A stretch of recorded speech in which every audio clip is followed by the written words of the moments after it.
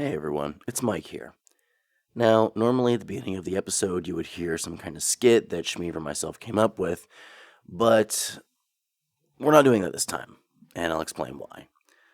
So, as a spoiler, we're going to be covering V Sinister's hunting season in this episode, and for those that don't know, this was an album that was met with no fanfare. V Sinister himself was not proud of the project, and after that, quietly dropped from the label. Now, we do what we normally do on Juggalo Judgment, and that is we cover this, and we sometimes aren't very nice about it, or a little bit lackluster. Now, mind you, a couple weeks after we recorded this episode, as we are a few weeks ahead, I went to Camp Xul, and V Sinizter was there to perform. Now, I didn't want hunting season to be my only exposure to him, so I decided to go and check out his set, and I was actually very impressed. Heck, I actually even recognized at least one of the tracks that he performed because it was from this album. So, after, he was sitting by his merch, and I decided to go and talk with him. And the dude was incredibly nice. I explained that I do the podcast and explained that we had recorded hunting season, to which he kind of gave a bit of a grimace, but laughed a little. And I told him that I understood that he wasn't as big a fan of this record, and that I didn't want that to be the only thing that I took away from him. So, I asked him to recommend some of his other music to me personally. He did recommend 3 of his albums, including his favorite one personally, and so I picked those up from him. Again, the guy was incredibly nice, and seemed to just have a good time while he was at Camp Xul. So, since that time, I've been going through and listening to a lot of the music that I picked up from Camp Xul, and I did listen to one of the records that he provided me, which was his favorite album, The Great Stairwell from 2017. And I'm not going to lie, I really do enjoy it, so I highly recommend checking that out. I guess the takeaway from this is, 1, I didn't want to release this episode after I had spoken with V Sinizter and established that he's a cool guy, but then put out this episode that was recorded prior and make it seem like I was just, talking shit for the hell of it. Because that's not what we typically want to do. We goof on this show and we dunk, but we're not doing it necessarily to actually cause offense. So, if anybody wants my opinion, yes, the album that we're covering, not amazing. So, sorry to spoil you guys on that. But I've heard nothing but great things about V Sinizter and his work after. And like I said, I checked out The Great Stairwell, and I thought that album was fantastic. So, I highly recommend checking that one out. I think that's about it. So, without further ado, let's jump into the episode.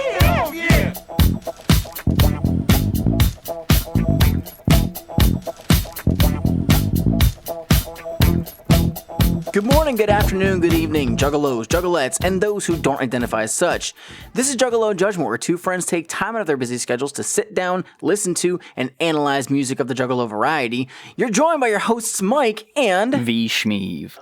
V Schmeev, sure. Schmeev.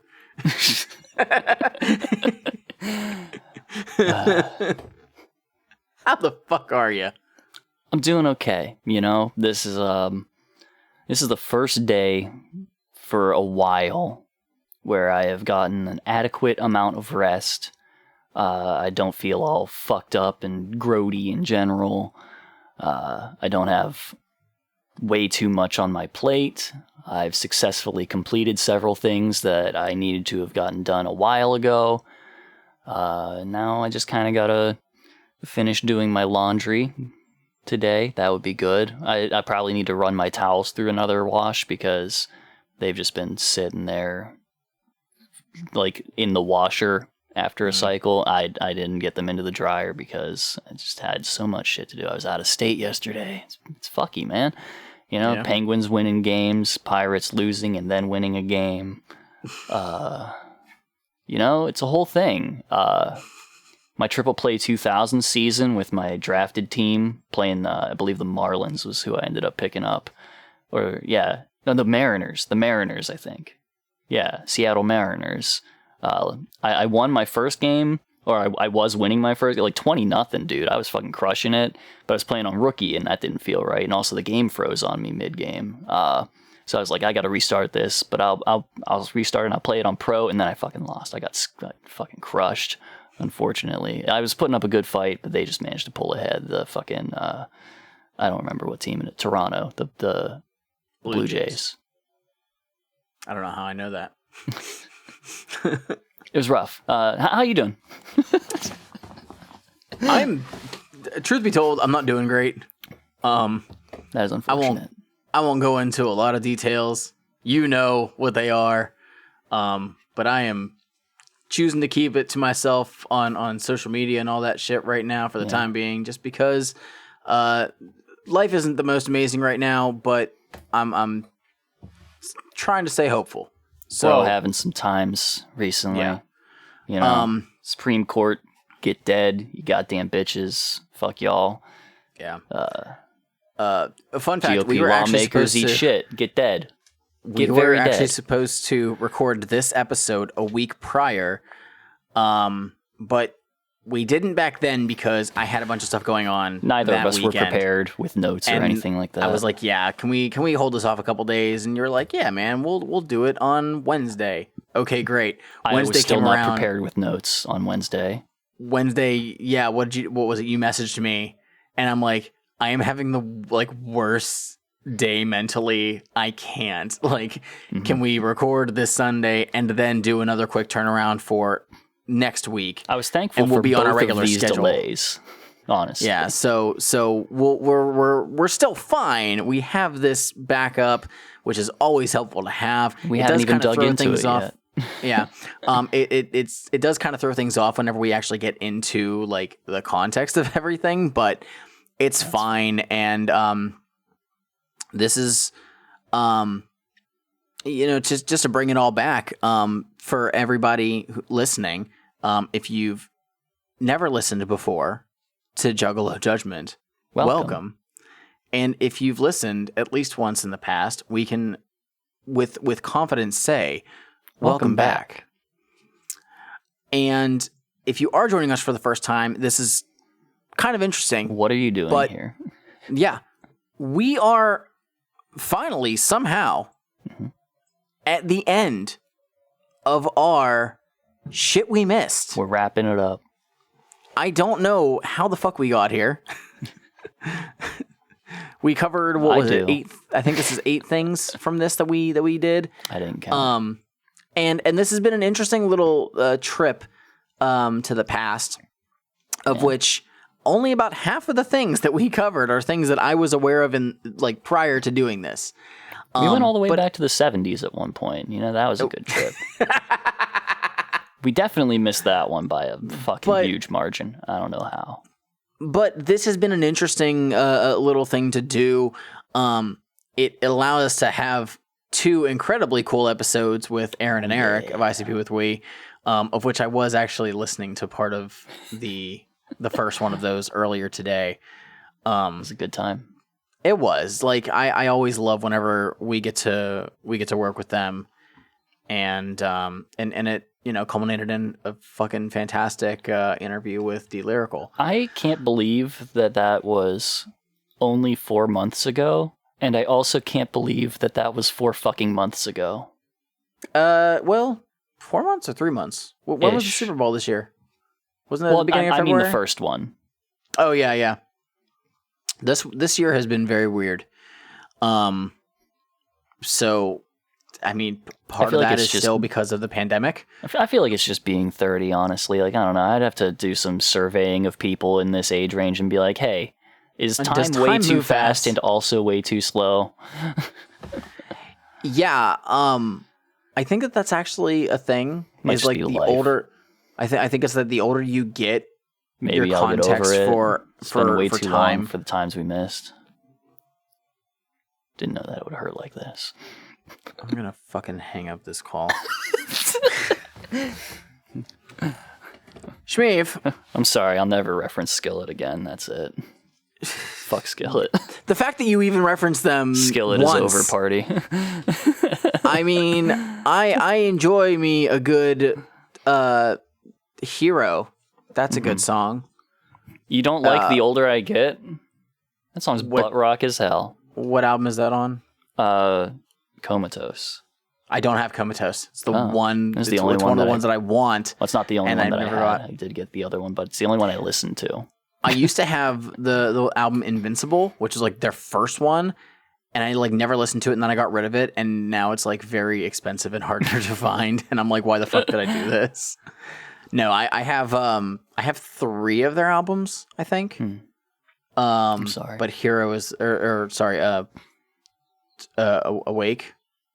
Yeah. Is it Awake or Awake and Alive? Awake. Is the first one I have. Anyways, we're not talking about a Christian rock band. I'll throw my copy of Comatose at you into your garbage can. You can dig it out. Oh, that sounds mean. Schmeev. Yeah. Who and what are we talking about today? Mike, today we are going back to, as I understand, and I mean, I could be wrong about this, but I feel like I read this somewhere.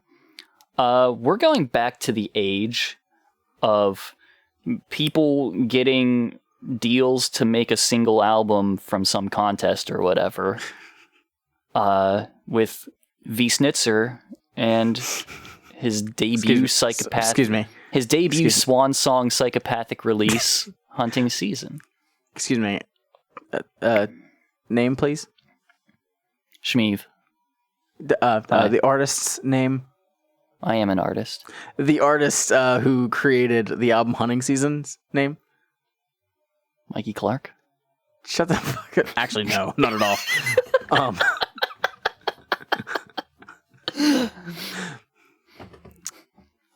Name, please? V Sinizter. So V Sinizter.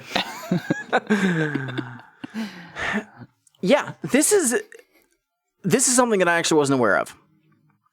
I did not realize.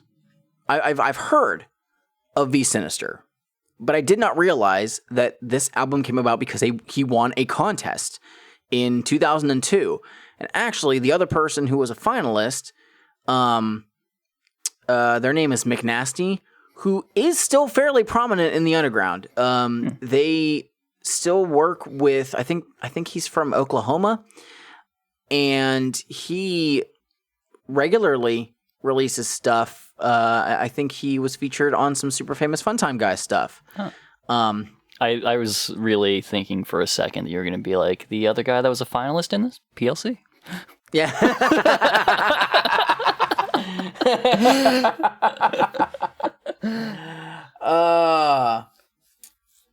So, yeah. V Sinizter, at this point, he won this contest in 2002, and this album came out in 2003. Now, it sounds like he was originally part of some kind of group, but I have about 8 tabs up here. If you hear clicking, it's me trying to cycle through them real quick. But I couldn't really see anything about this potential prior group that he was in. His first actual solo LP came out in 2002, and I actually have a copy of that as well. I got a copy of Hunting Season last year from Blade. I think it was like a friend of theirs or something had it, as well as the prior album, which is called, oh goodness, what was it called? What's the name of the album? Wow, I'm having the worst time. It's called Morning Star Sins of an Angel. So, he doesn't seem like he was really part of the Juggalo community, but he was from Michigan. He was strongly aware of Psychopathic Records and ICP and everything like that. And he was making acid rap, the same thing that Isham was doing. You know, whether you want to call it wicked shit or whatever, but on the prior album, the Morning Star one, it does say, like in the bottom corner, acid rap. So people were running with that. Now I do see a thing. There was an interview that V Sinizter did with horrorcore.com, and apparently there were rumors that the reason that V Sinizter won this contest is A, he's black, B, he's from Michigan, and C, the other label that he was on, Fallen Entertainment, allegedly bribed Psychopathic and set it up. It must be known at this point that Psychopathic does not have a strong track record with artists who are not white.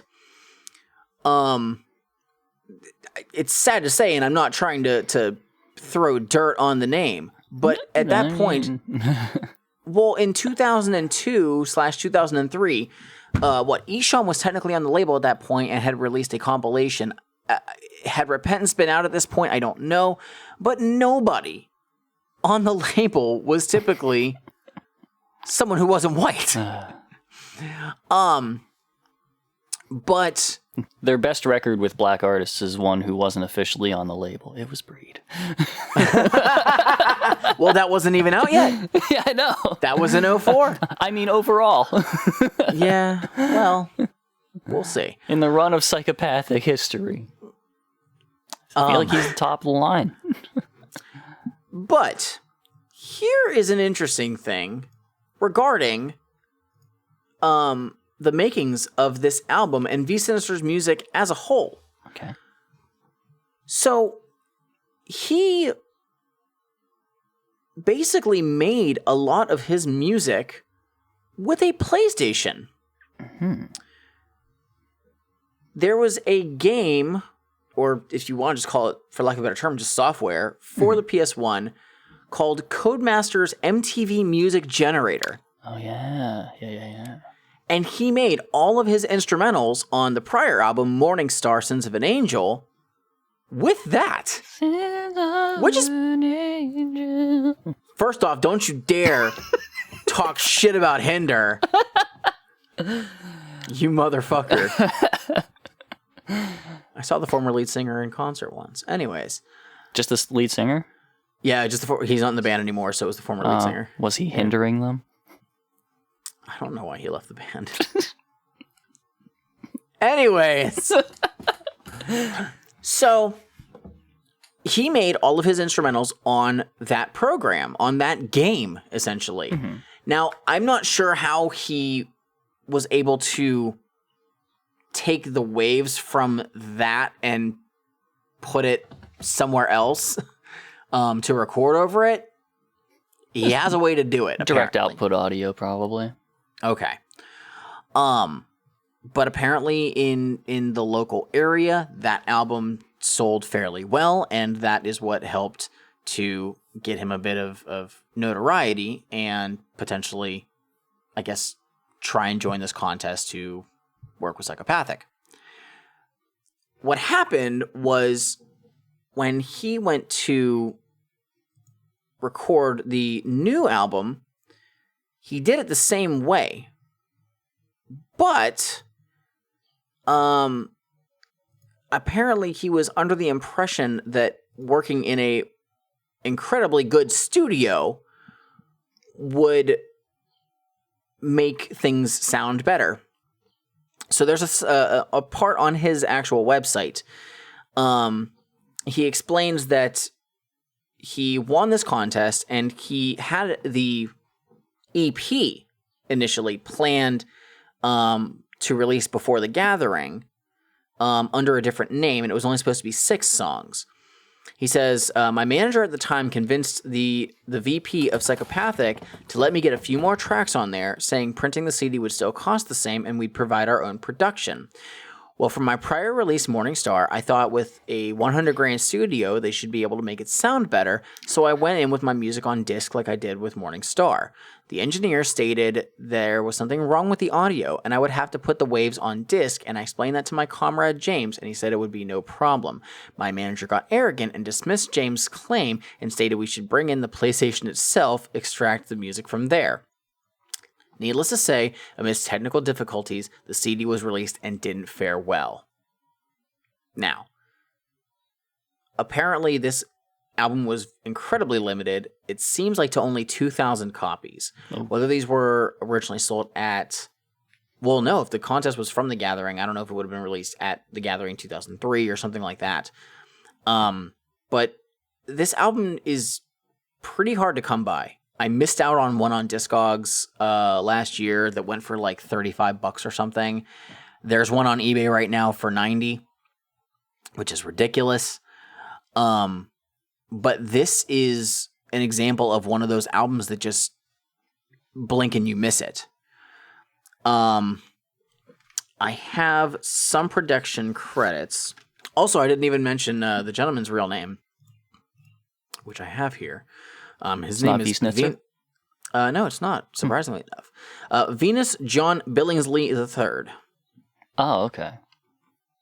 I didn't realize that V was for Venus. The biggest deal on here is that he did pretty much all the production, and wrote damn near every song. There does seem to be a little bit of extra stuff on here. Also, that is wrong on here. What the fuck? Uh-oh. So the thing that you and I talked about before we started recording on one of the track's names,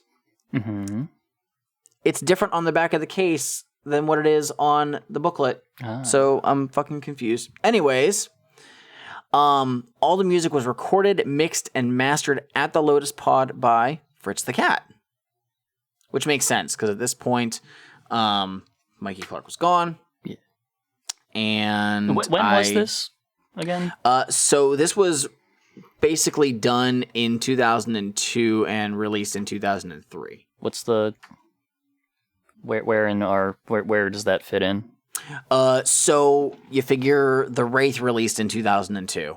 Okay. In November. That clears it Now up. he won that contest at the Gathering that year, so you figure that was probably in I think July or August. So when this was recorded, I don't know. And the thing is so wait. Okay. I don't even, so he wins this contest, right? Yes. And then immediately after, they drop the Wraith. He got a 1 year. He got a 1 year deal in 2002. And he hears Thy Unveiling, and he's like, "Fuck it." He's just fucking just destroyed by this. Like his brain is shattered by this revelation that ICP is released immediately after he won this contest. The man's not on the top of his game right now. He's got hit with this big fucking news. No matter what side of the issue he's on when it comes to Thy Unveiling, I mean, you know, he's emotionally compromised in this time. He has no time to recover. Yeah, sure.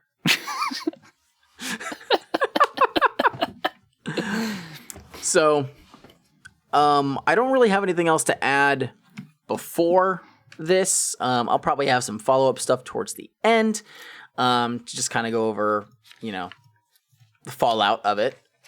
But I think that we can probably get into this about now. Oh, Mike, you know, I'd love Yes? to get into this right now, Uh-huh.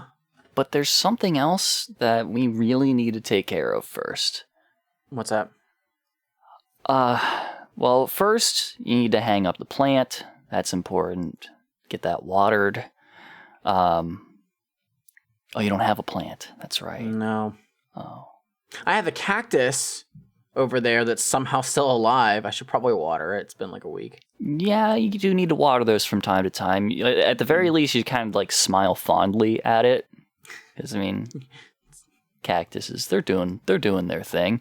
Yeah, but they're I fine. think what we need to do for ourselves, we also need some nourishment from time to time. So I think it's about time we crack open a motherfucker. Crack open a bag of pork rinds, motherfucker.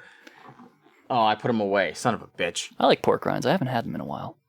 So I got some barbecue ones. Oh, they're a jam. They are a jam. I hadn't had them for the longest time, and then I bought a bag, and I was like, these are like the most amazing things I've ever fucking had in my life. They're terrible for you, but like, goddamn, they're good. Every time I have them, every time without fail, I always think of that one scene in Teenage Mutant Ninja Turtles, the first movie.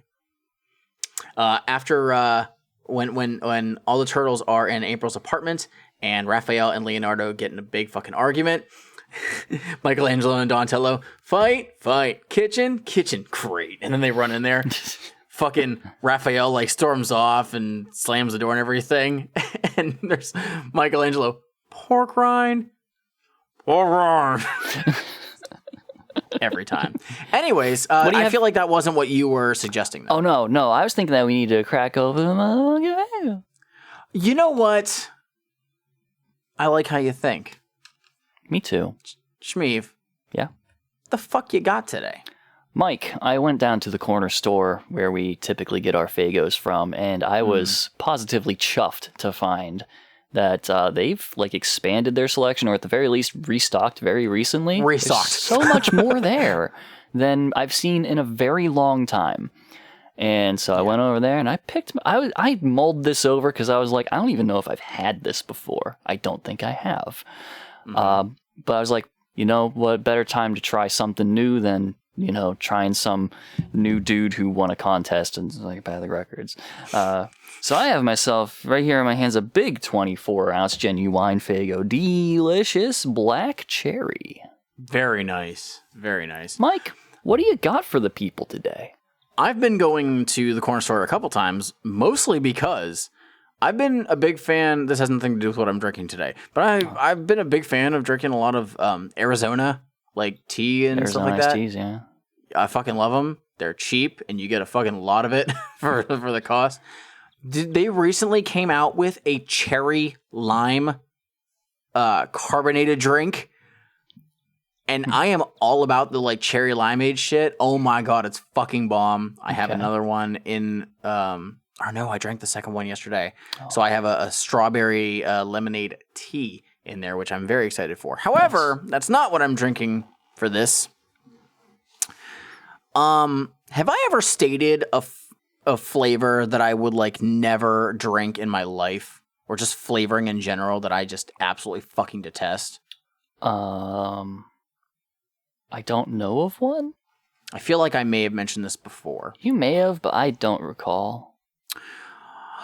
I have a huge distaste for anything that is flavored grape. Oh, maybe we have talked about this, yeah. Not a fan. Okay. You know how Red Pop is the one that I go to if I really don't want to go into an episode? If I'm just in a bad mood. Yeah. So today in my hands, I have a genuine, delicious Fago grape. Some good old Shaggy's nut bag. All right, well, let's crack them open. I don't know why I did this to myself.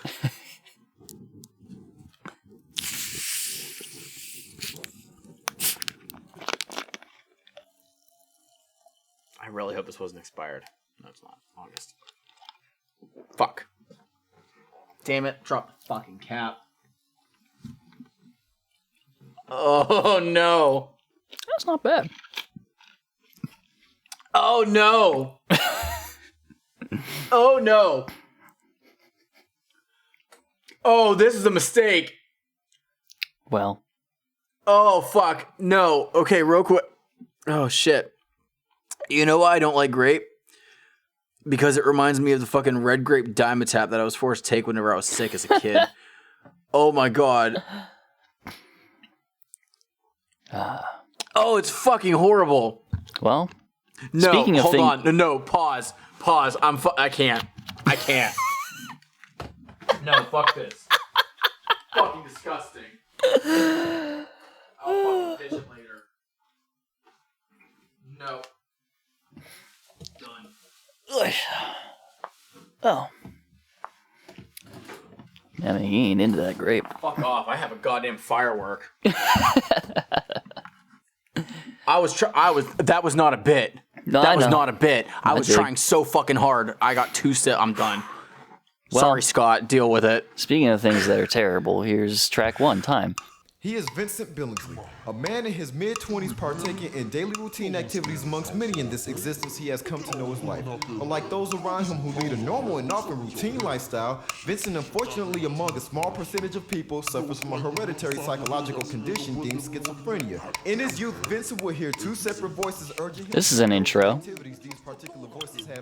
He's talking, Yeah, this is an intro. Yeah, talking about And he's explaining that V Sinizter is like an asshole. Well, no, he's not talking about V Sinizter here. He's talking about Vincent. That's a different one. Johnny Valentine, Vinny B, Vincenzo, the Piper, and more, but primarily deemed Vinny Sin, one half of the collective entity known Vincin, whatever.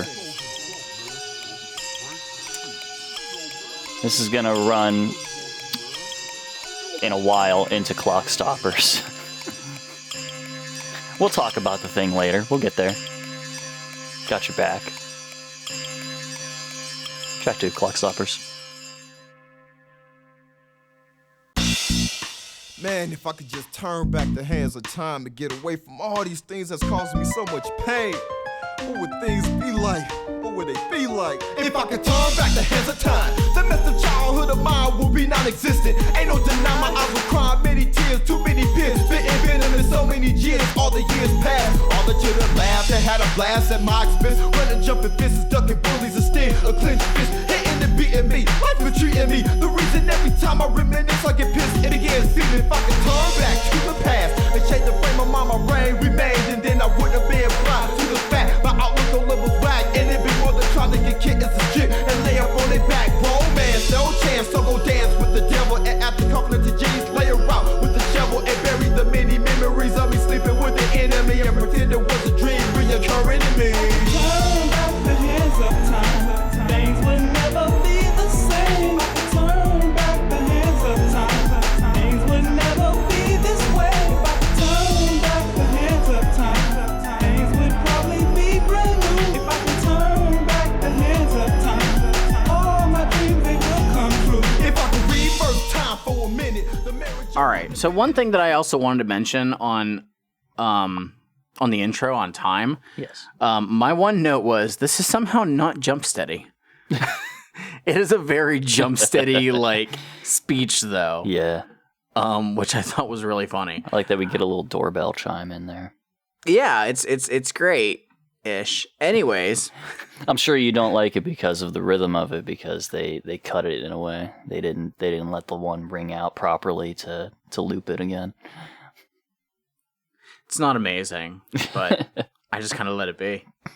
But yeah, a guy hear voices make do bad things. This is the first voice that he hears that makes him do like, be all whatever. This is what is like. This is like the womanizing voice, basically. Go out there, do your gambling and stuff. Yeah, that's what it sounds like. Be a rude, lewd dude. Now Clock Stoppers. Yeah. You ever watch the movie Clock Stoppers? No. The Nickelodeon movie? I remember it though, because I remember specifically this. Like, I don't know. Maybe if I went back and like watched it, it wouldn't look as cool. But I remember one of the scenes where they stop time and like you see the like sprinkler on the lawn and all the water droplets stop and like they like kind of tap them and like just like the ones that they hit just kind of push out to the side. I'm like, that's fucking cool as shit. I remember I did watch it. This is a Nickelodeon movie for anybody who doesn't know. There was a part where like their one friend, the concept of it is they have a clock. They have a little hand watch, and it doesn't stop time. It makes it incredibly fucking slow. So like everybody around them is aware that like this person's moving really fucking fast. Yeah. They don't know why. But their friend is like a DJ, and he goes to this fucking like contest, and he's super bad. And so what they do is they stop time because he's doing so bad. And like the main dude and this girl, like if they were like holding hands when he presses the button, so she's fine too. They like pick him up and turn him upside down and like have him head spin on the fucking turntable, and that like makes him win, I guess. It's fucking stupid. That has nothing to do with this song awesome. except that it's the same name of a fucking movie. Anyways, this would be a very strong open if it weren't for this goddamn hook. Yeah? This hook is so fucking bad. I'm sorry. That's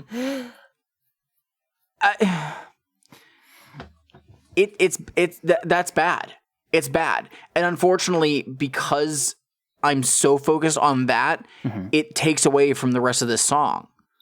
It wouldn't be a terrible track on its own if it wasn't burdened with this off-key chorus. It shouldn't have been sung. Yeah. Like, I don't know. I'm sorry, but like the verse starts with a strong like, if I could turn back the hands of time. You have that as the hook. Just don't sing it. You can have it just be rapped, and it would probably be fine. No, he really because there's wants something to else. hold out, turn, and you have to figure that out. It doesn't have to be sung. That's all. It I just don't mind doesn't. it that I'm much. sorry. Like, aside from that, like, I don't necessarily mind the track, but I like the fuck, spooky that's keys. so bad. It's just They're ugh. all right. They got that going through the whole thing. I always find it interesting. Like whenever people talk about this kind of thing, right? And especially whenever people talk about like going back to childhood or something like that, everyone's thing is just like, if I could go back to childhood, I'd be an adult instead. And it's like, that's fucking bleak. That you don't like. If you're in a bad situation or something like that people will consider that basically the cost of being allowed to be a kid when you're a kid. So you should have been grinding on the street, should have had 5 lemonade stands, got to be an entrepreneur at 5 fucking years old. But don't forget to get your licenses in order, or else, you know, some old lady's gonna fucking rat you out to the cops for selling lemonade. He also talks some child support stuff, you know, mad about that. We'll come back to it later. It's gonna come up a lot. He does have a daughter. Oh, does he? And I guess I don't know if he was married or just had this child from a prior relationship. But apparently he said like he did not get along with her.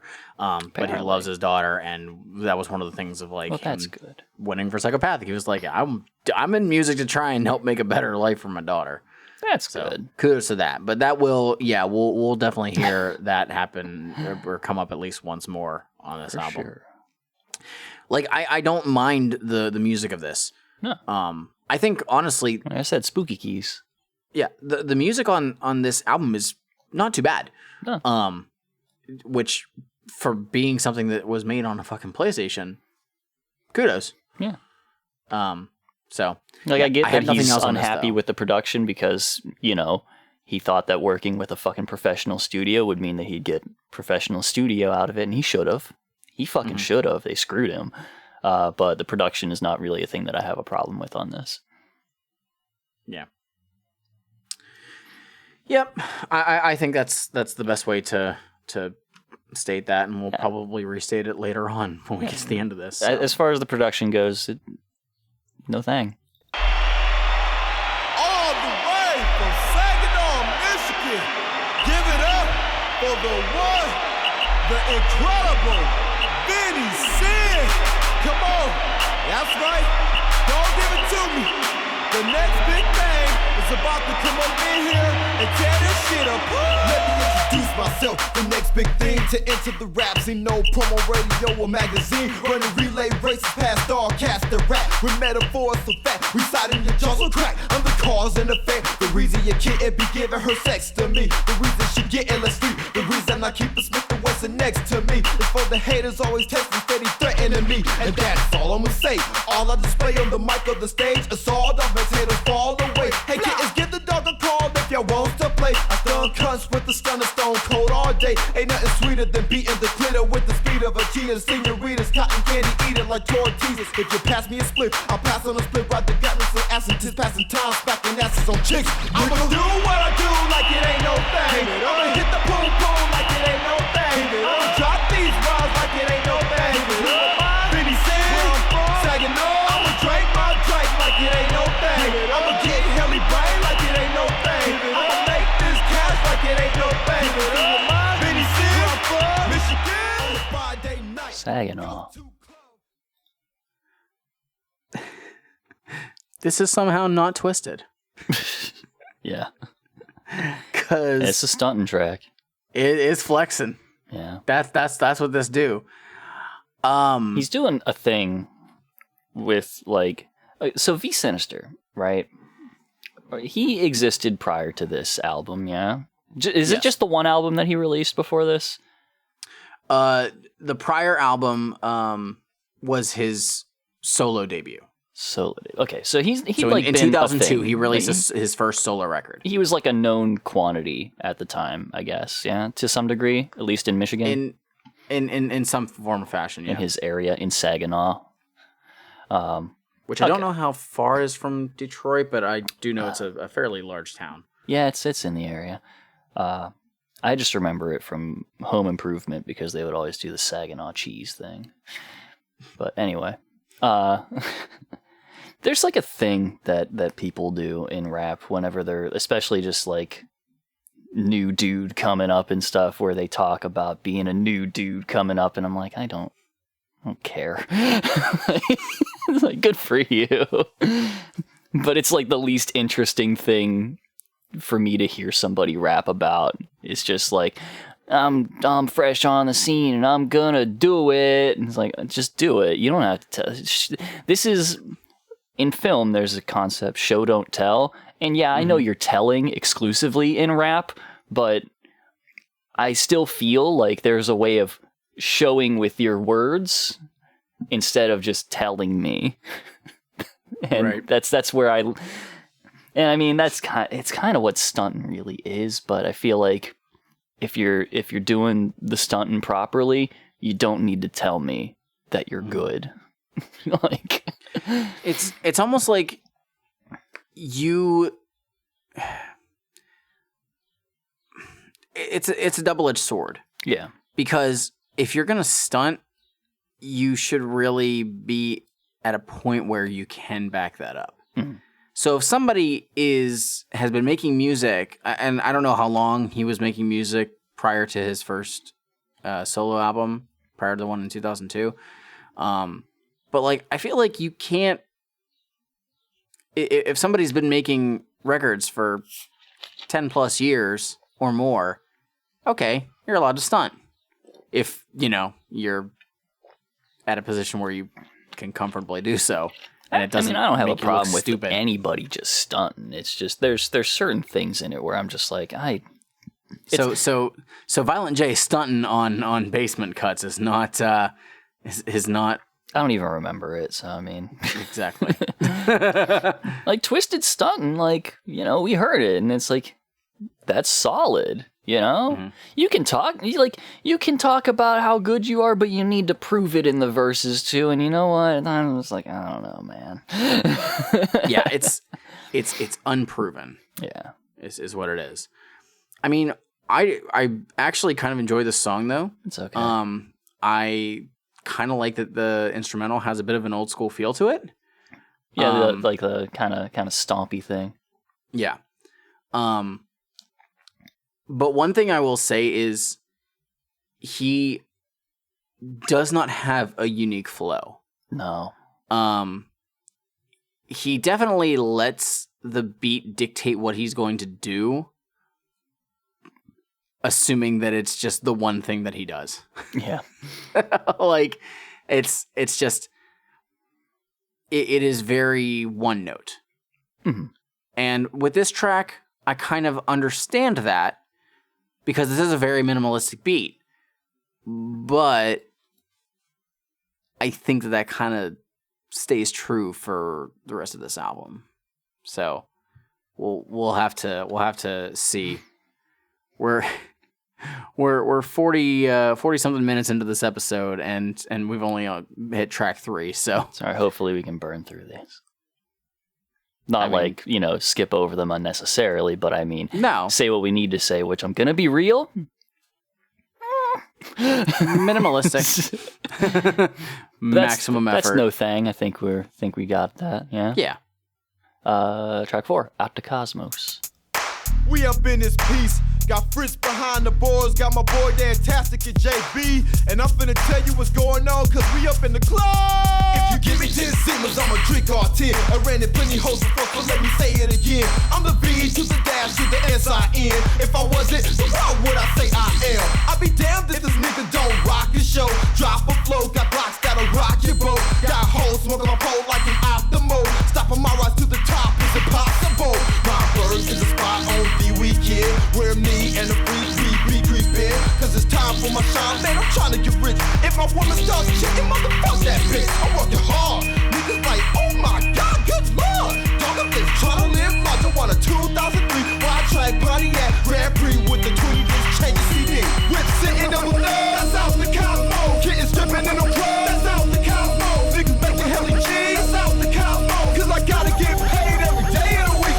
Sipping cool with your crew, that's out the Cosmo. Leave the club at the 2, that's out the Cosmo. Kittens in my Pontiac, that's out the Cosmo. 2 brothers, 1 now, and I'ma be right back. I'm on the skip in my whip, this clinching the grip. All right, so this track, right? I had a thought during it because I'm listening to like what he's talking about and stuff, and I'm thinking to myself, Mr. Sinizter here is rapping like he's Rick Ross, but he's just Jeff. Like, I don't know. You know what I mean? Do you understand where I'm coming from? You know? Like, he's hitting the clubs, and he's the dude in the clubs, but I'm like, I don't think you are. I don't know. He does say, in that one interview that I was looking at, he does say that, like, one of his, like hobbies or whatever that he has, he's like, I make music, and I like going to the clubs. I can see that. Yeah, I can understand him being a dude who likes to go to the clubs, but like, but is he like is he turning heads when he walks in? Like everyone's like, oh my god, it's V Sinizter. He's here. He has his own reserved booth. Real quick, can I have you on record properly pronouncing his name correct once? V Sinizter? I fucking hate you.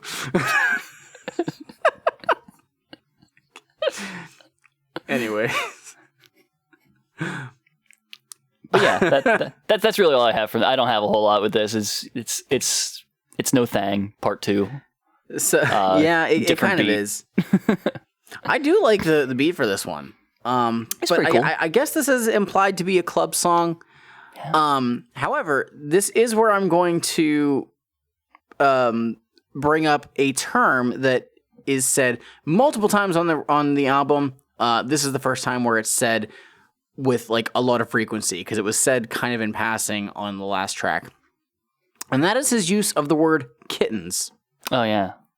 So kittens is apparently his word that he uses for women.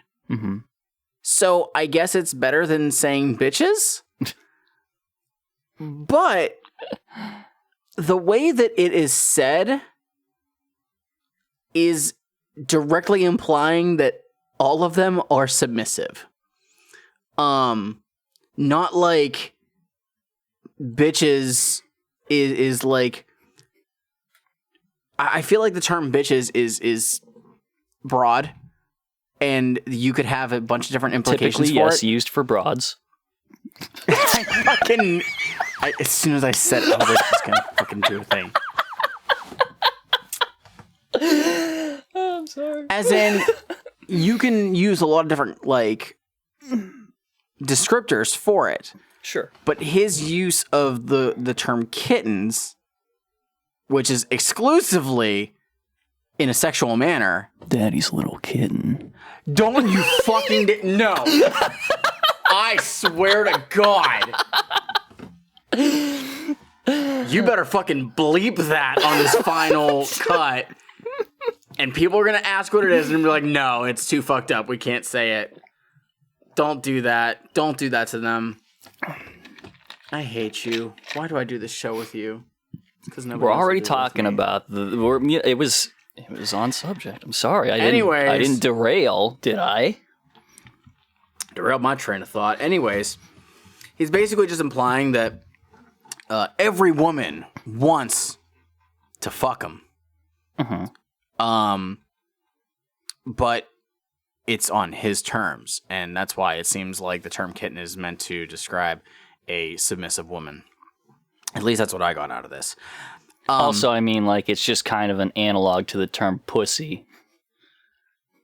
Which is more or less just kind of, you know, the thing. Look, that is entirely the character that he is setting up here. He is just playing up this character who does just reduce women to their value as a sexual partner.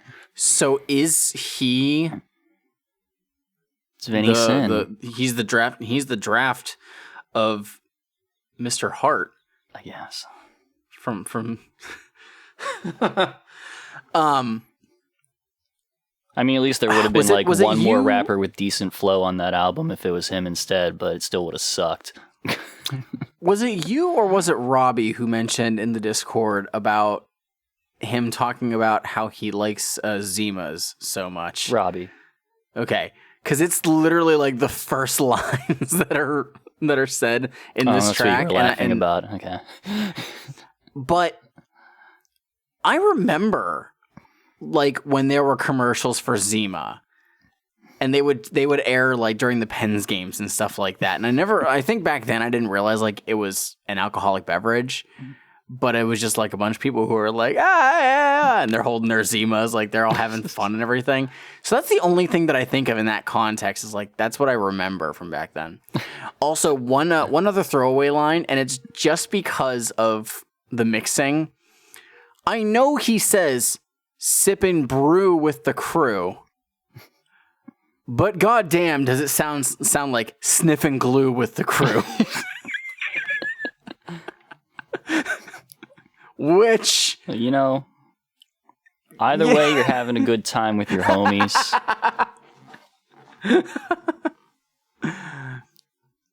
But that's all that I wanted to go over with on Out da Cosmos.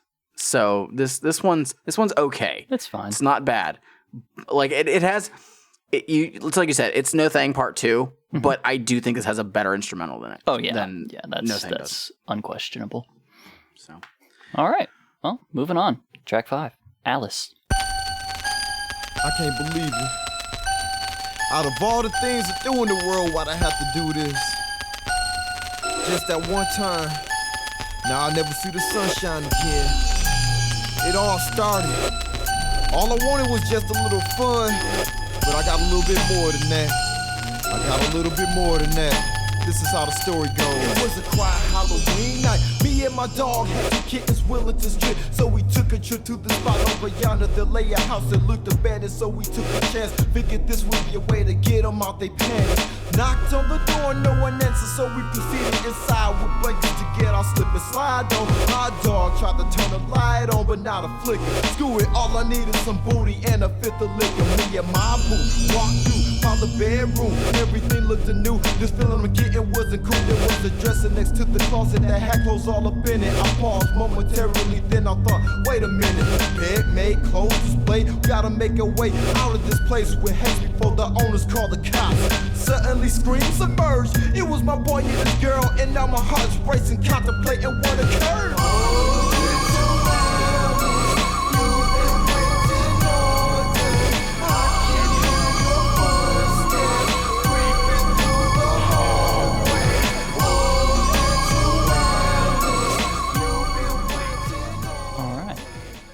We got us like a horror themed song here to go with that horror themed beat. How about that? So, my notes for this were done a couple days ago. Okay. And my note from then said, I lost my train of thought here. You know, I listened to this several times. Okay, so I guess now's the time to talk about this, right? Our most valuable tool in our arsenal, Genius.com. It's got nothing. I mean, it doesn't have nothing. It has spoken word parts splattered with question marks. And it has, like, 2 tracks that have, like, actual lyrics in them. This is not one of them. And yeah, whenever I was listening to it, I was not doing all that well with focusing in on what he's saying and stuff. And it's not even that he's saying it's not even that it's like hard to understand him or anything like that. It's just that my mind fucking wanders super fast while I'm listening to this. He's not holding my attention very well, but by my understanding, Halloween, him and his dude got chicks, abandoned house. They're like, we're going to go bang these chicks in an abandoned house because I guess that's just what you fucking do. And then he's like, shit, wait, it looks like this house isn't abandoned. There's clothes and shit everywhere. What? That's fucking weird, right? And then I guess it isn't actually like lived in, so to speak. There's like a little girl with a knife or something. I don't remember if it was a killer family. I remember he mentioned something about a girl with a knife. I didn't catch much from the second verse. I don't know. And maybe I'll take some time to listen to it, like without having to do notes or anything later. But yeah. I will say though, there's whenever a part you were in the saying verse like where he realizes that he forgot the girl that he brought in the room, like he's like, shit, I forgot her. But when you said like, you know, it's not like it's hard to listen to, the mixing on this, they could have brought the vocals up, a little bit. Like, I'm not trying to say like the ambiance of the track itself is good if you're trying to set a spooky tone. Yeah. But I could have done with hearing a bit more of the vocals itself, and that might have been able to help me focus better on trying to piece this together. Yeah. I've just been listening to too much V Sinizter at this point. I'm just like, I can't, man. Which is sad when you're only 5 tracks in, and one of those was a spoken word intro. Oh, it's an incredible. This whole album's very short, but god damn, does it this feel album is long. 36 minutes long, which is very respectful of one's time. But it feels so long. It does. I wish we had more to say on this one, but I have no other notes except for what I just said. Thus far, this is probably like the most like interesting song to me because, like I said, like there's a story in it and all that stuff. This is classic V Sinizter storytelling. Like we talk about it a lot. V Sinitzer's storytelling, and I mean he's putting it on display here. But anyways, I think that's let's move on. Have. Yeah, let's move on. So track number 6, Space. He is Vincent Billings. Hey, what's up? It's the intro again, but different. This is the other voice, and this one is V Sinizter. Like, this is the one that's bad, make him kill people or something, tell him to kill people. You know? Mike, you seem so mad, but I'm absolutely 100% certain that at some point in this that I have just said his name the normal way, just offhand while speaking, because I don't know if you have. I'm pretty sure I have, and you just didn't notice it. It's probably true. So this is almost identical to the first one. Also, should be noticed that there is like some voices in the background that are also saying like fucked up stuff, but it's almost impossible to hear them.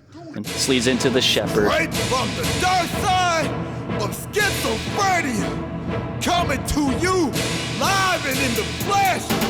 Who the fuck am I? Say my motherfucking name. My name, spell it. B to the S to the I N I to the Z to the T E R. In your hood, that's the flag with the mask, about to kill a motherfucker. You know I'm up to no good. My game plan is same man with the heart with hate and rage. Laying with the MCs hated. Death is the fate of those supposed to close to cold. Got a mid-rose wasted. For the bomb to drop, it's about to be another psychopath. The Holocaust with the schizophrenic and sin spins the shit. Let her make your heart stop. The 10 to the top. On the clock, getting hotter than a Glock shot. Another rocket brought down from the mouth of war. The war knows we about to go to war. With the mainstream, it ain't a dream. I say it dumb. Mirage gonna be my heart. That butterfly got a butt that I'm gonna flood about. Think the dust. and bust a nut in the eye. I'm a sick guy with the mask on down and get my blast on. Live, fly, tears, shed, you ready to die? Didn't think so, cause you's a hoe. We can show down at the OK Corral on the dark carnival and watch this carnival eat you up like an or does some more MC you got served. What's my name? Sinister. Who am I? Sinister. Say it loud. Sinister. Shout it out. Sinister. All my dogs. Sinister. All my kittens. Sinister. Everybody. Sinister. What? I'm murdering all of my enemies, whether it's pen or Okay, so I don't know if you left that in or not, but this is the first fucking thing that I put in all capital letters. Did this sample Final Fantasy VII? I do believe that is One Winged Angel straight up. Thank you. Thank you. I heard this shit and I was like, I'm sorry, what? What in the Nobumatsu is going on here? Mike, I actually had... This is like the first time that I really thought of this. As I was walking home from getting my Genuine Faygo Delicious Black Cherry, I was listening to this to get my notes done and stuff. And so, was there a time in rap where people were like, yo, it would be really cool if I spelled this thing out instead of saying it, right? And they're like, but shit, it's the wrong number of letters to fit in the beat and all that stuff. What the fuck do I do? You know? And so, like, the only time that they could spell stuff was whenever it fit into the bar, you know, and they had to either add more stuff around it and to have to work out the line, or they just couldn't spell that thing out and they just had to find another way to say it. I want to know who was the first person who came up with, yo, check this out. To the. Like, what are you talking about, man? V to the S to the I. And they're like, oh, it just adds a whole new beat in the middle of it. He's like, yeah, you can fucking fit that in. And then, you know, once you have the right number of beats, you stop and you just spell the rest of it like normal. And they're like, oh, holy fuck, man, that's fucking brilliant.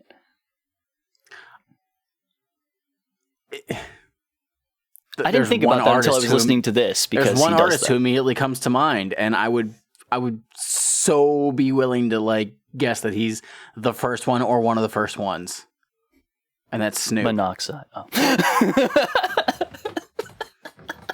Actually, well, you kept going before you got to the Monoxide part, doesn't drop a to like, yeah. It's the M-O-N-O, and I can't even spell the rest. But then when you put the to the, I was like, Snoop Dogg.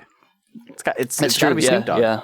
Yeah, because like that's revolutionary in a way. It like is. I'd never considered it before, because I'm like, yeah, that's literally just a way to add more beats to the spelling of the name to make it fit properly in the beat and not have like dead air in the middle. Yeah, and not like sound weird, like it cut off in a strange way. Like if you can't, you know, do the other ways the people, because like M-O-N-O, like he has the stops in there, which is pretty fresh too. You know, there's all kinds of ways to do it, but I mean, to the, possibly the two most important words in rap. Or spelling in rap.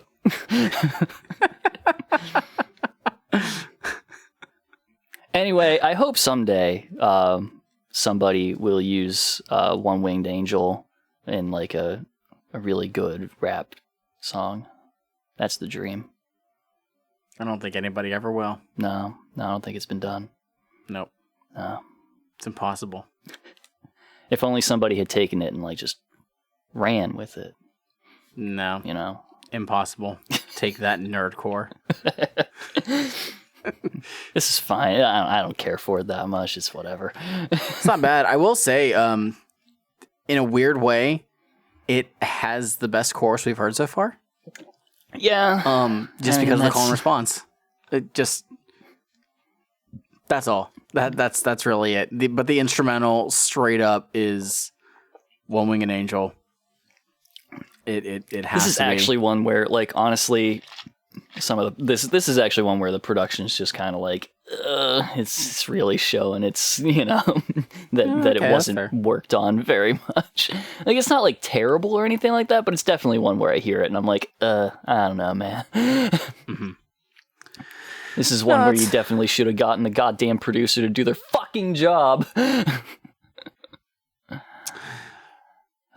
Well, I don't think that much else can be said for The Shepherd, so I think we can move on to track 8.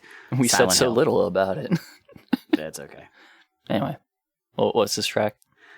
Silent Hill or Silent Hill X? I don't fucking know. These voices in my head, I can't take it. Please stop. Stop. Oh, please stop. Oh, no, I can't take it no more. Please. Please. No, I don't want to die. No. Oh, please, God. Please stop. No. No. All around the cemetery, the demons and the children, they laugh and scream and hold on my dreams. Somebody help me. Demons and the children, they haunt the silent hills and bodies, they all want you dead. In my world of dreams, I make contact with figures in black who attack with razors and axes, trying to run away through molasses to scare these children. Chains and bloody bodies hanging from the ceiling, demons eternally burning with children. Awaken alone in the home, my baby mama and my daughter gone. The phone never rings. I'm sniffing cologne to get hot.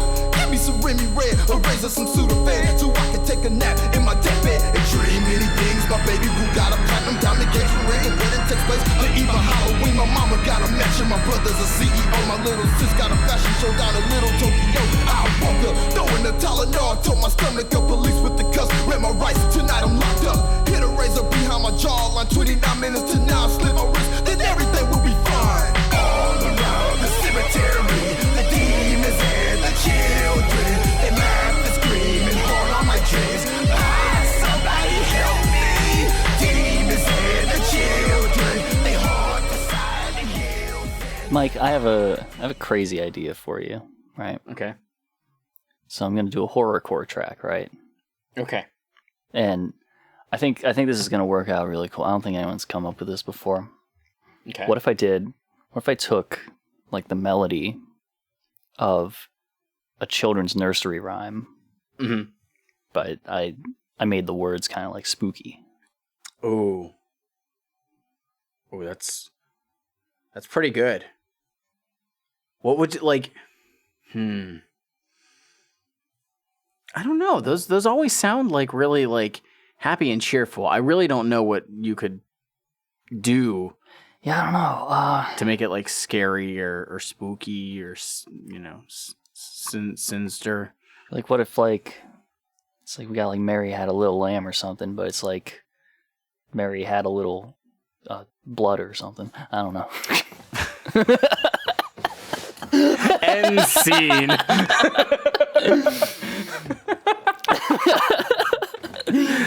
That's all I had to talk about on this because I was just like, whatever. It's he's talking spooky shit, I guess. But you know, he does the nursery rhyme thing. Everyone does the nursery rhyme thing. It's contractual obligation if you're What are a you talking horrorcore about? artist to do the nursery Insane Clown rhyme Posse thing. has never done it ever. That's true, never. Well, they're not horrorcore. They're don't call me horrorcore. Esham, never. What an Esham. God damn. Oh, fucking murder me. Here's my note. I like this one, but I don't know what it's about. I just like the hook.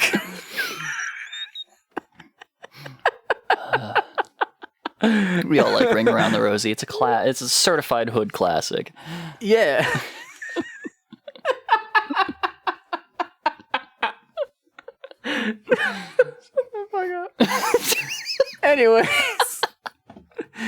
Anyways.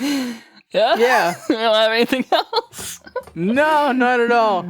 It's when I said in the beginning about how I don't know what the fucking track is called, it's because the back of the album says Silent Hill, and on the inside it says Silent Hill X.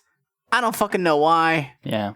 So read into that however you want. I feel like this is the point in an episode of this kind where we say an apology to people where it's just like, we don't Guys, have. I'm sorry. This is a really fucking difficult album to get through. We don't have any. It doesn't help that V there's Sinizter lyrics history. not We available. don't have lyrics. There's not a whole like. The history is what he gave at the beginning of it, but it's like we don't have like a backlog of V Sinizter that we've done before to like draw from and compare and contrast or anything like that. He just showed up out of nowhere. I didn't expect him to be this, honestly. Here's the thing. I had no idea what the fuck this was going to be whenever I started listening to it. Because all I'd heard was just that everyone felt sorry for us for having to cover it. So I'm hoping nobody's really going to care about the fact that we're covering it in this fashion.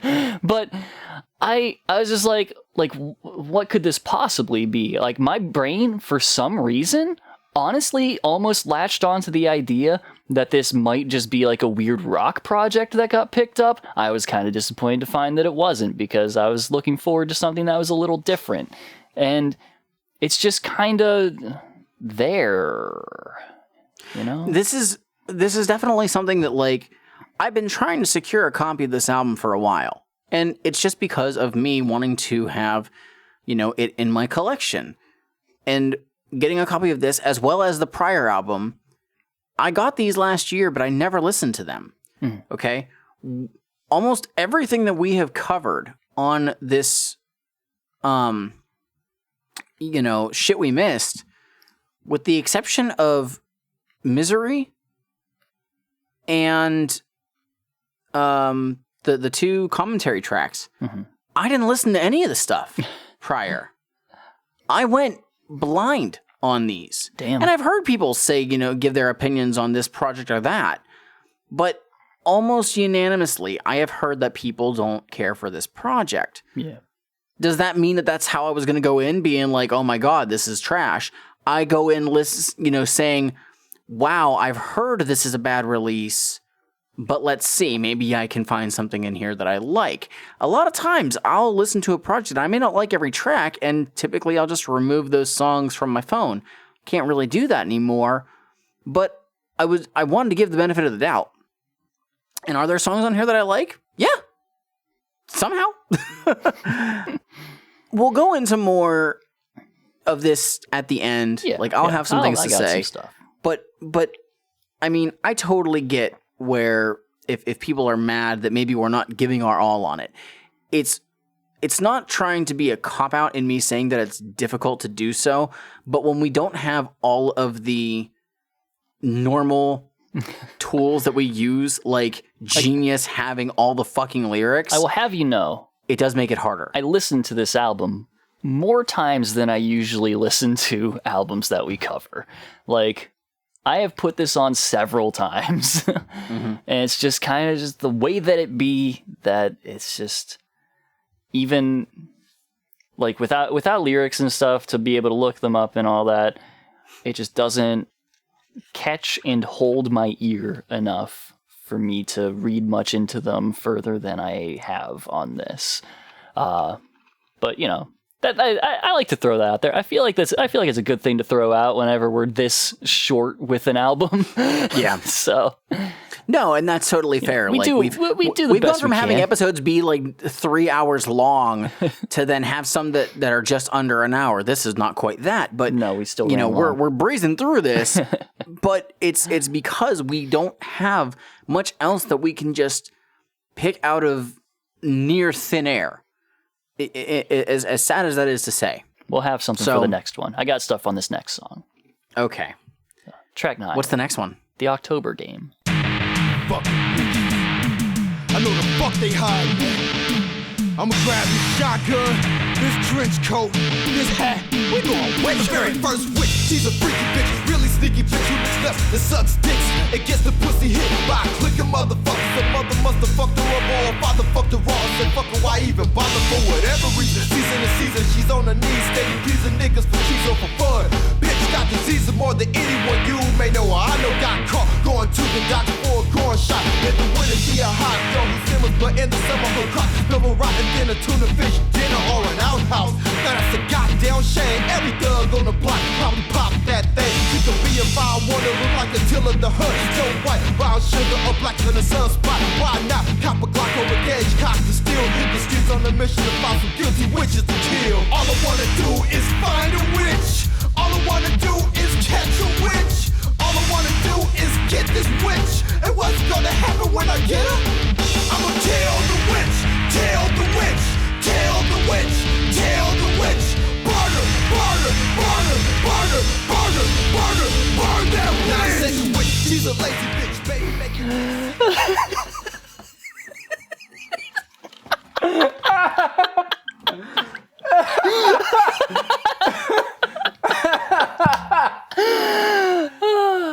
You know, it really is a disservice that we don't record the actual video of this for people to see. Oh. It's like about Schmeev, the third time that he says it is whenever I start hearing it for the rest of the... So, let me talk about the rest of this song first, then I'll get to that. Okay. This is what Monoxide would have been like if his flow was more on point, like early Monoxide. Oh, okay. Because, well, I mean, you know what this song is, right? This is one that had lyrics on Genius, mind you. Oh, he didn't look it up. He doesn't know. He has no idea what this is about. This is Piggy Pie, but instead of, you know, it being rednecks and rich people and cops, it's just different types of women he doesn't like. Oh, okay. Oh. Also, that MIDI guitar in there, I feel like it's from something as well, but I don't remember. I don't know. It's MIDI guitar. It could be from fucking anything. It could have just been original stuff, but it does sound familiar for some reason. But again, MIDI guitar. If one MIDI guitar is another MIDI guitar, who fucking knows? It's probably just calling back memories of WWF games on the PS1 or something. Create a character music that you could throw in. Yeah. But yeah, no, I mean, it's just like witches. He's just literally talking about different kinds of women he don't like. He's serious. He's, again, just not a big fan of the concept of child support and the court system when it comes to parenting. And there's definitely a lot of problems with the court system in terms of parenting and all that stuff and biases this way or that way. But, dear God, my dude is just... Especially doesn't read too well in the modern day where, you know... let me update you, V Sinizter of 20 or so years ago. Let me tell you, things ain't going so good for women nowadays. Things haven't been for a while, but, you know, they're taking another fucking dive. So, it just doesn't read that good to me. You know, mad about what a previous president in our time referred to as welfare queens. Don't know who that could have been. No idea. It was Bill Clinton. Oh. Yeah, but anyway, the most important thing in this song is in the hook, where after about the third time he says burn her, it sounds like he transfers to saying burger, and it amuses me every time. I love it. That was why we were dying. That's the best part of this song and album. Yeah, so you... the entire album, wow. What are your 3 tracks? When he starts saying burger. Yeah. My first favorite track is the first time that he says burger. Second favorite is the second time he says burger. Third one is actually the rest of the times that he says burger. What I would take off is the first 2 times where he doesn't quite say burger. Yeah. Anyway, go ahead. Yeah, so I'm looking at the lyrics right now, and you are right. It is basically I know. Piggy Pie, but for women. that he doesn't approve of. The sad thing is I, in a similar fashion, I've just had that mixing is a consistent problem with this record, and yet this is one of the clearer ones. Yeah, man. But man, it's something that's just been bothering me this whole time, and I know that we've had conversations with people in the ICP with We Discord. Join it if you haven't. You know, people will get on me because I'm like, I can't listen to House of Crazies because I can't get past the production. Now, mind you, the production was, 7-8 years prior to this, but this is not really doing itself any favors. But I was vindicated by, I think it was Pig, who was like, yeah, I can't understand HOK either. And I'm like, fucking thank you. Like, it's not just me. Like, it is definitely a problem that is consistent on a record that came out in fucking 2003, which it shouldn't be. Like, I hate to say that, but this came out a year after the Wraith Shangri-La, which is 20 years removed from still sounding fucking amazing. Yeah. So it's just, I don't know. That's all I can say. Seems like it was, I gotta say, winning that contest, really worth it. And if I remember correctly, not only did you do get another contest until 05. Not only did you get 0 production assistance, you also got a very limited release. Damn. Well, top of the line treatment there for our boy V Sinizter. He did get some help because again, Fritz did what he could. I guess that's the best I can say. This is not to throw shade or anything at V Sinizter or at Psychopathic. This is unfortunately we're 19 years removed from this being released, and we're just unfortunately looking at it in hindsight. Yeah, that's the best we can do. But I got nothing else on this, so I think we're just about wrapping it up. Wait, Mike. We're not done yet. There's one more track. That's what I said. I was saying. You said wrapping it up. I mean, with one more track. Well, you didn't say that. Kind of. Like, after we're done playing the October game, what do you want to do? I want to get ready for Thanksgiving. Okay. Is that the name of the next track? Thanksgiving? I didn't check. Maybe? Son of a bitch. You have the CD in front of you. I don't. Jack-o'-lanterns. Jack off lanterns.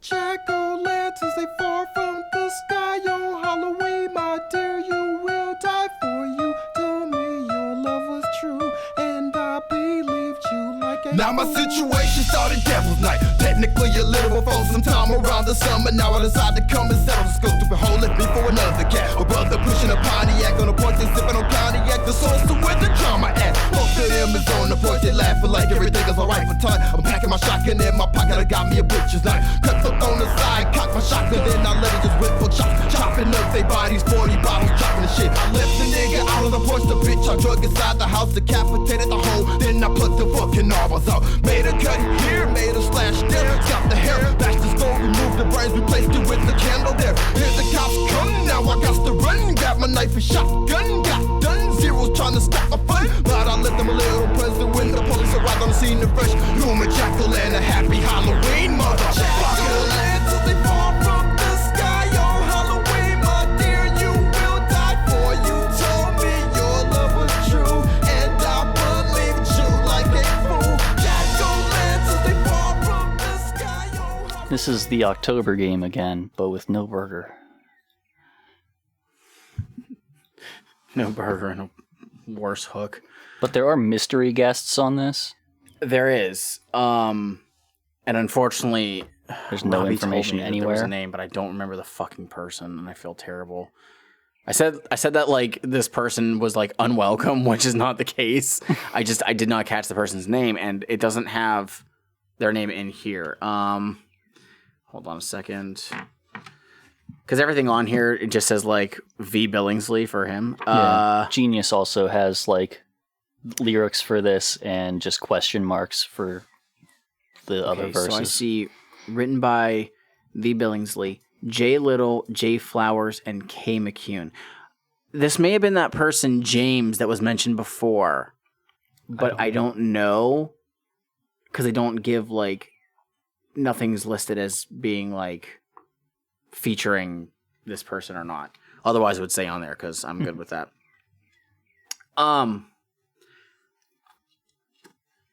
You know what this honestly could have been if they wanted to promote it as such? The Hallowicked track.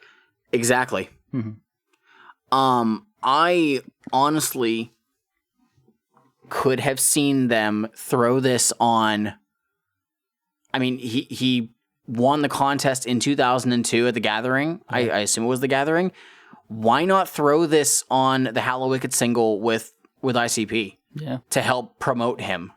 Right. Literally. And I think this actually was one of the tracks that might have already been done. Let me take a look real quick. It's like a less fun Pumpkin Carvers. Yeah. Yeah, in a weird way. Let's see. Like when I say less fun, I mean Pumpkin Carvers is a goofy song, and this is more of a Pumpkin Carvers is serious great. one where he's once again airing his grievances about women who cheat on him, I guess. So this was one of the songs that was already made or planned because the EP was supposed to be called The October Game. And this track was also one of the ones that was, I guess, ready, I'm assuming. So, yeah, why they wouldn't have just thrown this on as a Hallowicked track would have been amazing and probably done a lot for him. Probably. Because, if anything, what they could have done is heard response from it. Yeah. And people say whether or not they like how it sounds and then put more effort into it. And people could have, like, heard any of his music at all. Right. Well, they must have heard something if he won the contest in the first place, but... Well, you know, any more of his music. Any of the results of it. Right. Fuck that off-key hook. Oh my God. You guys couldn't see it, but, like, it started and I took off my glasses and, like, threw them on the fucking desk because I forgot about it. He no longer wanted to look at this song. I didn't want to. However, there is something else on here. On the back of the album, it's listed as a separate track, but it's not. Right. But if you want to go, if you don't have anything else to say on this one, if you want to go to 442, there is a hidden outro. Behind the radiant veil of existence, there's a place deep within the shadows of time and space. Beats the raging heart of fear. Hidden within the scriptures of eternity is the story behind the truth. Behold, the prophecies of life have been foretold in the first book. The next chapters chronicled in the forthcoming book shall eradicate the divisionary lines separating what is good and what is evil. The key to the second forthcoming prophecy is the morning star shall be devoured by the night. The key to the second forthcoming prophecy is the morning star shall be devoured by the night. The second book is coming. You have been warned. I appreciate Okay. the warning. I will look out for it so as to not accidentally listen to it. So it sounds like that was a reference to his prior album, Morning Star, Sins of an Angel, and one of the next ones that he was going to come out with, which would be called Morning Star, Soul of the Beast, which was released in 2004. So this sounded like he was doing, in a weird way, his own like Joker card thing, where he was having a anthology kind of planned out. But I haven't heard anything from that. Again, I have the first Morning Star, haven't listened to that either, so I don't know. I'm sure it sounds probably similar to what we've gone through on this. But I just thought that was an interesting little thing to kind of sneak at the end. And it also makes me wonder if he was under the impression that he was going to release more music with Psychopathic, or if this was just, I'm on here, this is what's happening, and this is going to get people to continue to check out what I'm going to do in the future, whether I'm on this label or not. Right. So, do you have anything on this track overall, or on that? No, man, I said what I said. Like I appreciate the warning because I don't want to hear another thing from him. So, so that is Hunting Season by V Sinizter. yes. Now I will bear with me while I try and find some of the. While you do that, I'm gonna give overall stuff. Okay. So, we confirmed this at the beginning, or at least near somewhere in the middle of this, that he won a contest, because I put that as a question at the end. I was like, you won a contest or something? So, he's fine in terms of flow. You know, he's a very competent rapper, clearly. He's good at what he do. He finds the rhymes, he stays with the beats and stuff. It's pretty solid. Production, pretty good. He did this himself, yeah? Yeah, basically. For the most, like, at least like the music was like created and stuff himself, except for like some Fritz work here and there.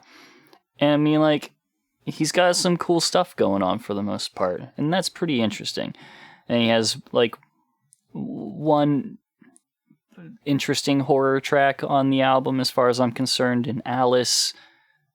But like, it's all pretty unremarkable. If I'm gonna be real, nothing on here is like super standout, and I'm like, oh fuck yeah, I'm hyped for like, it's just fairly middle of the road. And again, somehow for a half hour listen, it feels so fucking long. Something about it.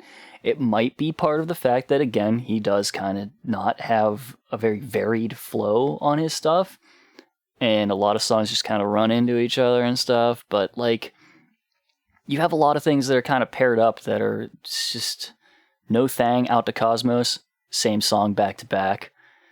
Silent Hill X, October Game, Jack-o'-lanterns, they're mostly the same shit back to back. There's not, like, October Game does stand out a little bit because it's got like the guitars and shit, but it's just like several of these feel like it's just, here's a reprise of that song that you either just heard or heard like a song back. Silent Hill X and Jack-o'-lanterns are both like in that vein.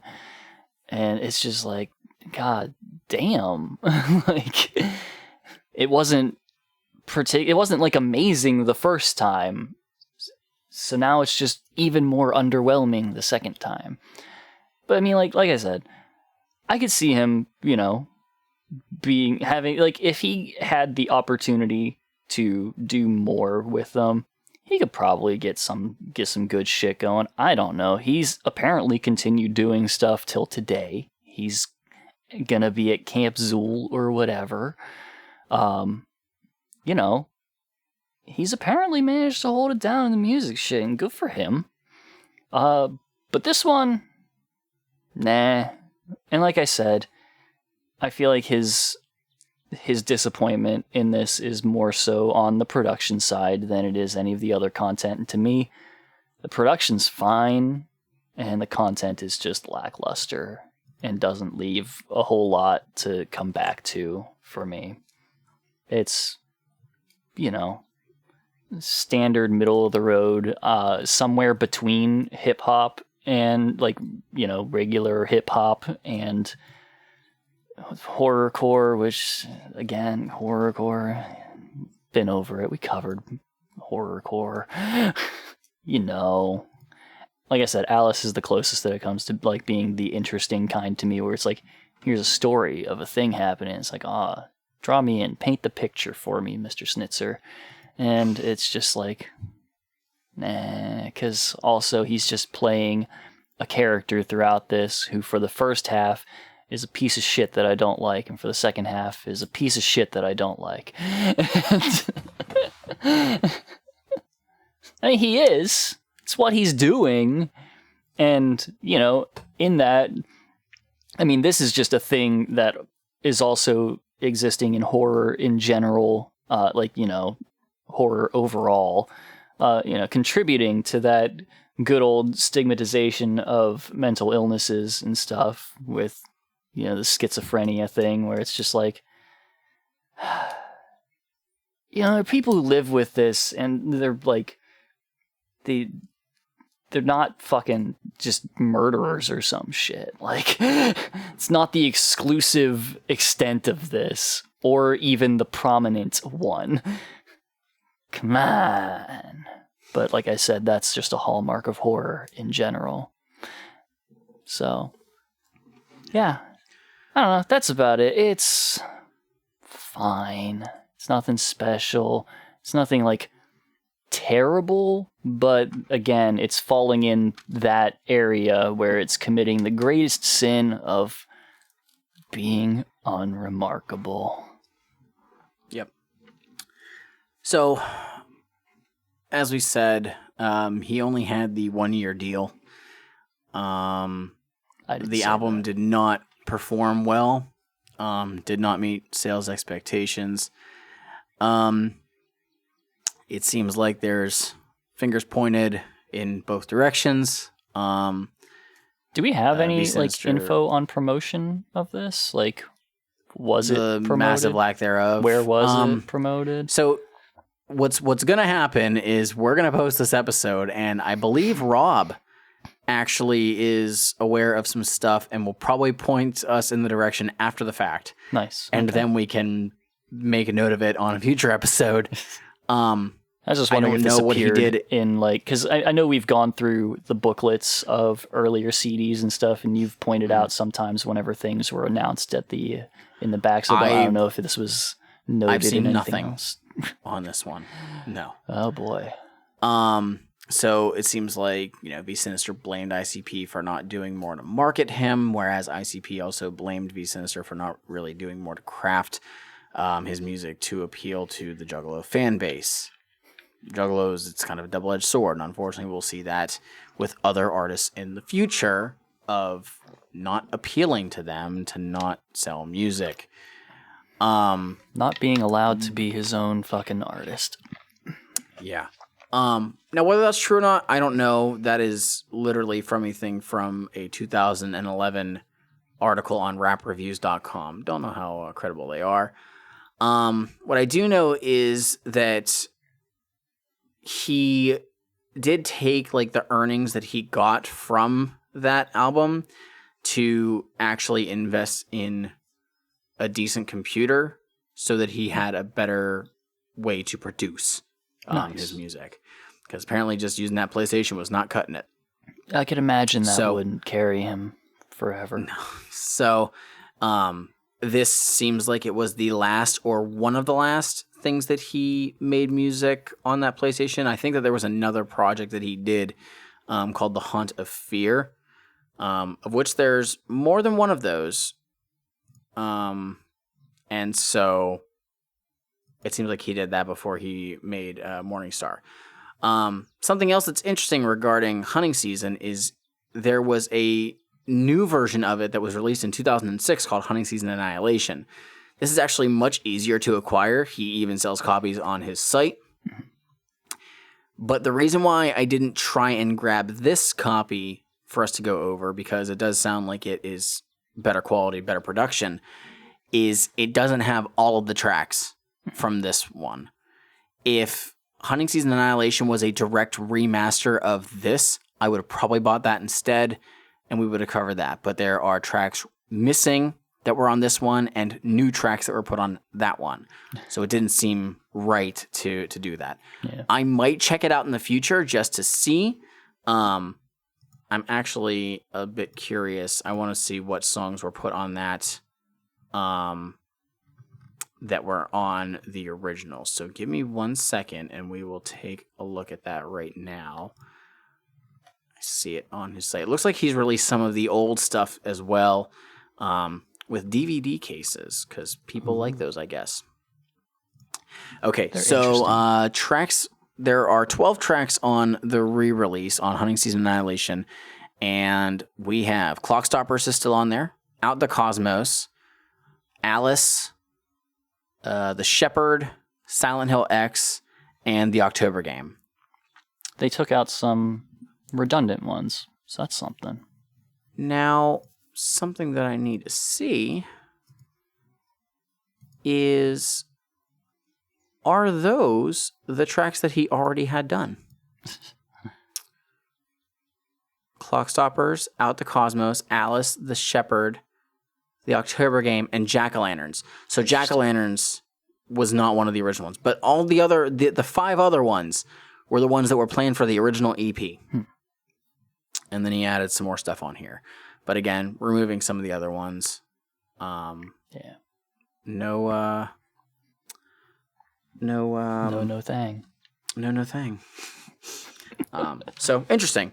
Like I said, I might check that out in the future just to see. I don't know if the instrumentals are completely done. It says it was re-recorded and remixed, so who knows? But the fact that they removed some tracks kind of disappoints me a little bit. I would rather just, this is a 36-minute album. Why not just keep everything on there and add some more stuff on there? That's how I feel like re-releases should be done, but that's just me.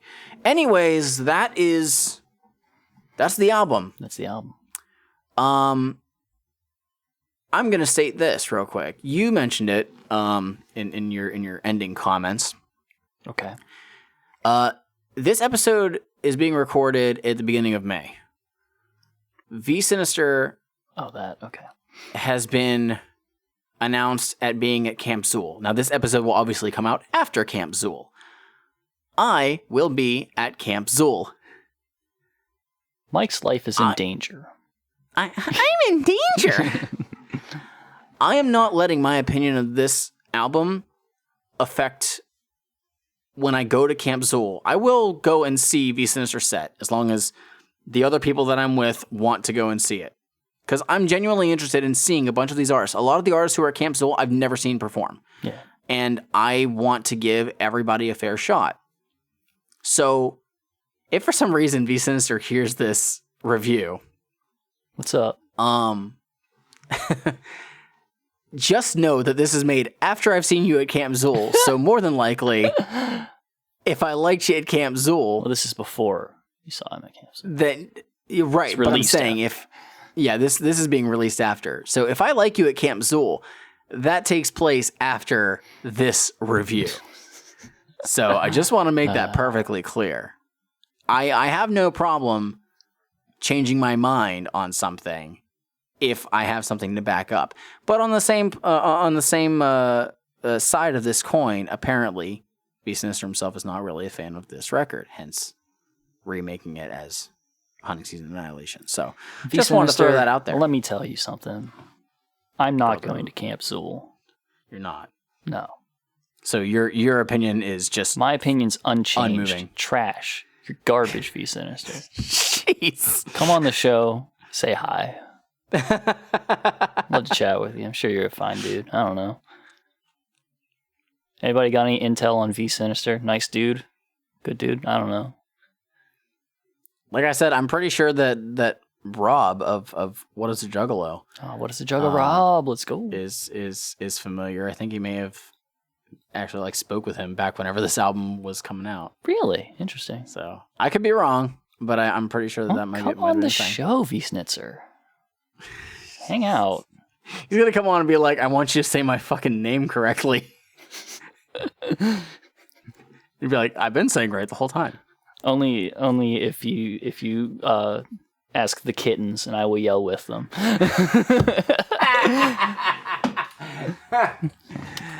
That is Hunting Season by V Sinizter, and that is Out the the Cosmos, end. Alice, October Game. Just for the burger part. Cut jack-o'-lanterns, I guess. Silent Hill, The Shepherd, I'd cut No Thang, and actually. No Thang. And I will cut... fucking cut jack-o'-lanterns. Yeah. So, We did it. that's the end of the shit we missed. Holy fuck. I'm not gonna lie. That was a lot. I'm so excited to go back to the regular time. I'm not going to lie. This started out on a pretty big high note. You know, intelligence and violence. Had a good time. It fucking dragged by the time we got here. Although, I guess Parla Isla did, in fact, hit pretty good. That was nice. It wasn't bad. That just released the day that we are recording this. Yeah. And people are speculating that maybe we trashed the shit out of that album, but you're fucking wrong. You're fucking wrong, you motherfuckers. Anyway, yeah. But we, after this, are heading back to the regular timeline where we will be starting at the beginning of 2008. And I'm so fucking excited because now, for realsies, faux realsies, we are knee deep in the era of Mike is buying everything right when he comes out. Like right as the shit is released, like week of, like Mike is buying it. And I can't wait. And that continues to today. Oh God, it does it. We all make mistakes. Yeah. If you want to make that's mistakes of life. your own, though, such as contacting us to talk about V Sinister's hunting season, if you are V Sinizter and want to come on the show, you can contact us on one of our various social medias, such as our Facebook, Juggalo Judgment, Twitter, at Juggalo Judgment, Instagram. Juggalo Judgment. If you wanted to hit us up with like a really long message, detailing the various reasons why Mike should take up the proper pronunciation of V Sinitzer's name, you could hit us up at our email. JuggaloJudgment@gmail.com. If you wanted to catch us like in a video form where stuff is slowly being uploaded as we go, if you want to listen to stuff on like a completely different platform than most podcast platforms, you could do that on our YouTube. YouTube.com/JuggaloJudgment. If you are V Sinizter and you're like, I want to make these guys listen to the rest of my catalog one song at a time. And also, I want to support them monetarily because I'm a big fan.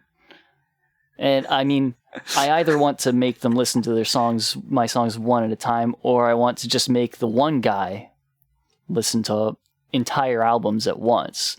We still got to figure that out. You could do that on our Patreon. Patreon.com/JuggaloJudgment.